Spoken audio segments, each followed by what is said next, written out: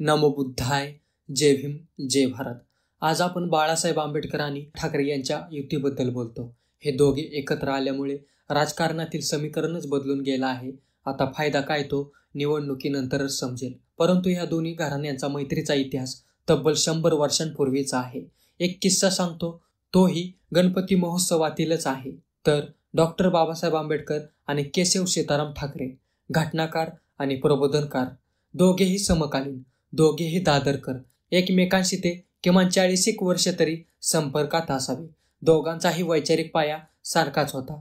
महात्मा ज्योतिबा फुलेंना दोघांनीही आपलं गुरु मानलं होतं.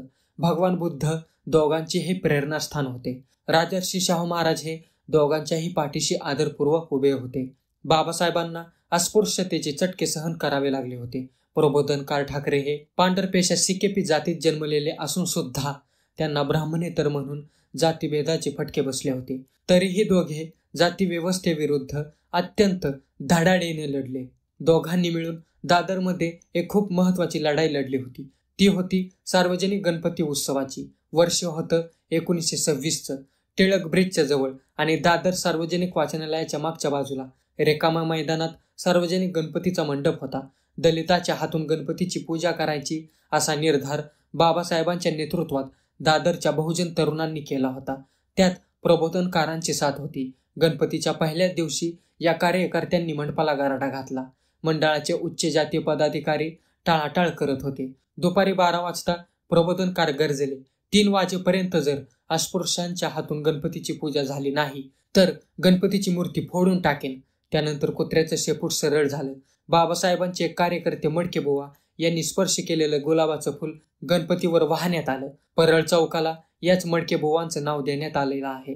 हे सर्व करण्यामागे बाबासाहेब आंबेडकरांचा एकच हेतू होता की अस्पृश्यांनाही सर्व अधिकार मिळावेत.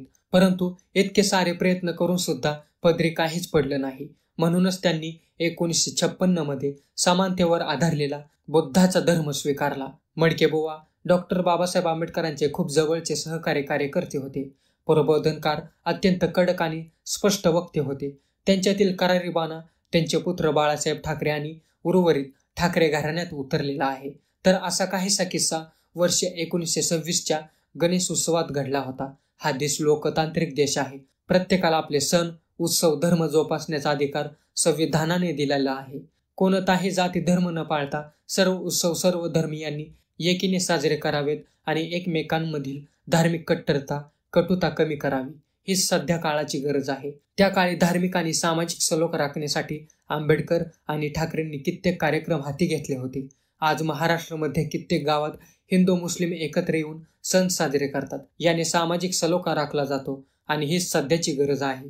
धार्मिक कट्टरता आणि धार्मिक द्वेष कमी करून हा भारत देश, हा इंडिया कसा पुढे जाईल याकडे लक्ष केंद्रित करूया. मित्रांनो, व्हिडिओ कसा वाटला कमेंट करून नक्की सांगा. चॅनलला अजून सबस्क्राईब केले नसेल तर जरूर सबस्क्राईब करा. या व्हिडिओला जास्तीत जास्त लाईक आणि शेअर करा. चला भेटूयात पुढच्या व्हिडिओमध्ये. नमो बुद्धाय, जय भीम, जय भारत.